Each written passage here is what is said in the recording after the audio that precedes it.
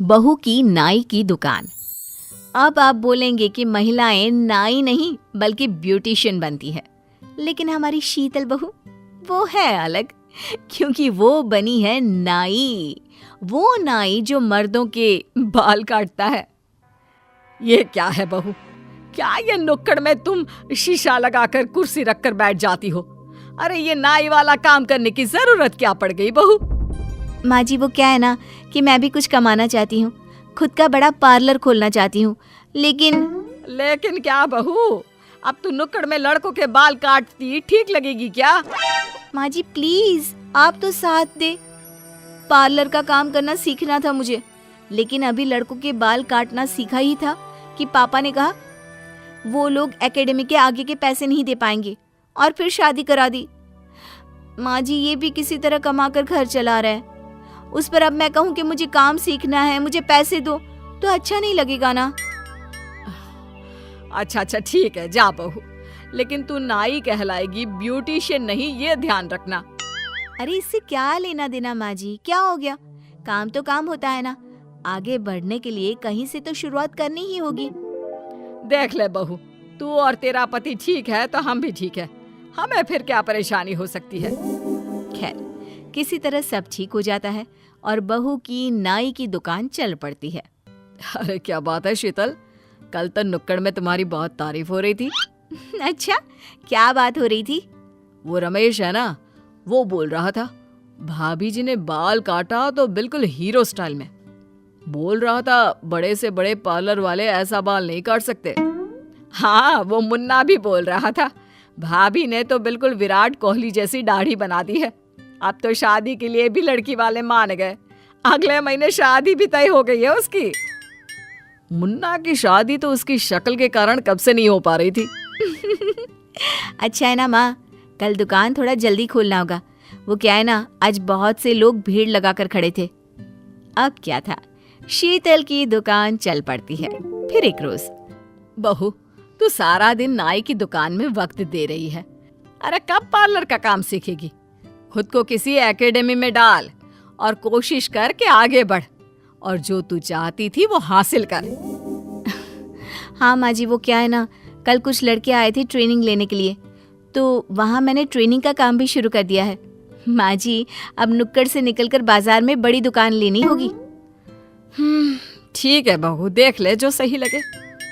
बहू अब बाजार में दुकान ले लेती है, घर को अच्छे से बनवाकर सजा देती है और रहन सहन में थोड़ा बदलाव भी आ जाता है, जिसे देखकर सबसे पहले जलते हैं पड़ोसी। ये नाई बहू ने अपना घर 2 तल्ला और बना लिया, अब तो धूप भी नहीं आती है। तो तू भी बनवा लेना, क्यों नहीं बनवा लेती? तू भी ऊपर वाला माला बनवा ले, फिर ऊपर जाकर धूप ले लेना, क्यों? हाँ लेकिन पैसे कहाँ हैं हम लोगों के पास? भाई इज्जतदार लोग हैं हम, कोई नाई नहीं है। पड़ोसियों की बात सास के कान तक भी जाती है, वो भी चकित हो जाती है। ये तो मैंने सोचा ही नहीं कि मेरी बहू नाई कहला रही है। बहू ने तो कहा था कि जल्दी से वो इस काम से पार्लर का काम सीख लेगी और लेडीज पार्लर खोल लेगी, लेकिन बहू ने तो उल्टा लड़कों को ट्रेनिंग देनी भी शुरू कर दी है। आज आए तो बात करती हूँ उससे। शाम को जब बहू नाई की दुकान बंद करके घर आती है तो सास का विकराल रूप सामने होता है। बहू अब बहुत हो गया, नहीं सहन होता अब मुझसे, पानी तो नाक के ऊपर चला गया है। अरे पर क्या हुआ माँ जी? ये लीजिए माँ जी, आज की कमाई के 10,000 रुपये, इसे आप अपनी अलमारी में रख लीजिए, वो कल ननद रानी आने वाली है ना, तो उन्हें दे देना। सास सब भूल जाती है कि वो बहू से किस बात पर लड़ने वाली थी। नेहा बिटिया आ रही है, लेकिन उसने तो मुझसे बात ही नहीं की। वो क्या है ना, उन्हें कुछ पैसों की जरूरत है, मुझसे कह रही थी कि भाभी ब्याज में पैसे दिला दो।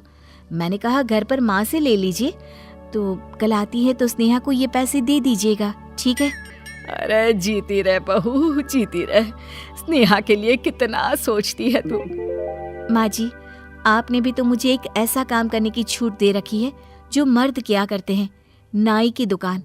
सोचिए तो, मोहल्ले में बात होती होगी, गुस्सा तो आता ही होगा सुनकर, लेकिन आप तो समझदार हैं, जानती है कि घर मोहल्ले वालों से नहीं चलता है। क्यों? सास को समझ में आ जाता है कि उसे बहू से क्या कहना है क्या नहीं। हाँ बहू, और क्या, इतना तो दिमाग चलता है मेरा कि क्या बोलना है क्या नहीं। अरे अब बोल कर देखे ये मोहल्ले वाले ना, एक एक को मजा चखा दूंगी। चलती हूँ, पैसे रख दूँ, फिर चाय बनाती हूँ तेरे लिए। शाम को पति घर आता है तो मूड ऑफ होता है। क्या हो गया जी, सब ठीक है ना? क्या ठीक, 4 पैसे की नौकरी, लेकिन मालिक गालियां ऐसे सुनाता है जैसे मैनेजर ने ही कुत्ता पाला हो। गुस्सा ऐसा आता है कि लगता है कि तुरंत छोड़ दूं ये नौकरी, लेकिन तो छोड़ दीजिए ना। वैसे भी मेरा काम इतना चल रहा है कि शहर में अब नाम हो गया है। कुछ लड़कों को तो मैंने अपनी जैसा काम करना भी सिखा दिया है। आप एक ब्रांच खोल लो किसी और एरिया में। हाँ शीतल, ये आइडिया तो बहुत अच्छा है। एक तो मेरा काम होगा, ऊपर से यहाँ से तो ज्यादा ही कमाऊंगा। सास देख रही होती है कि कैसे बहू पूरे घर को संभाल रही है। माँ जी, आप क्या बोल रही थी? गुस्सा क्यों कर रही थी? तब क्या हुआ था? अरे नहीं नहीं, मैंने तो कुछ नहीं कहा। बात आई गई हो जाती है, लेकिन आसपास के लोग उन लोगों को फलता फूलता नहीं देख पाते। फिर एक रोज शीतल की बुआ सास, सुनो भाभी, आप लोगों की तो कोई इज्जत है नहीं, लेकिन हमारी तो है ना।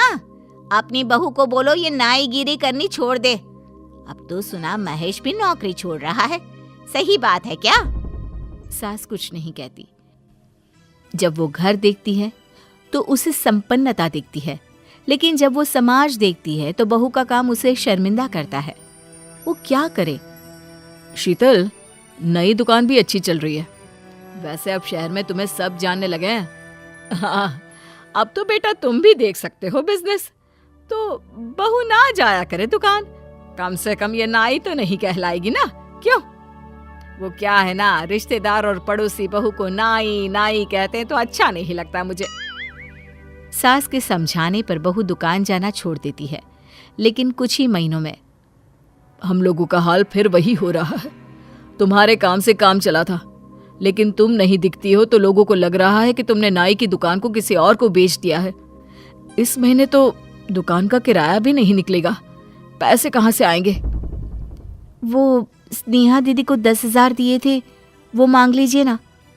मैंने तो सोचा ही नहीं था कि दीदी से पैसे कभी वापस लूंगी, लेकिन अब क्या करें। सास को समझ में आ जाता है कि बहू के काम से पूरा परिवार ठीक से चल रहा था। बहू मुझे माफ कर दे, मैं लोगों के कहने में आ गई। तेरा काम तेरी पहचान है और मुझे किसी से उसकी पहचान नहीं छीननी चाहिए।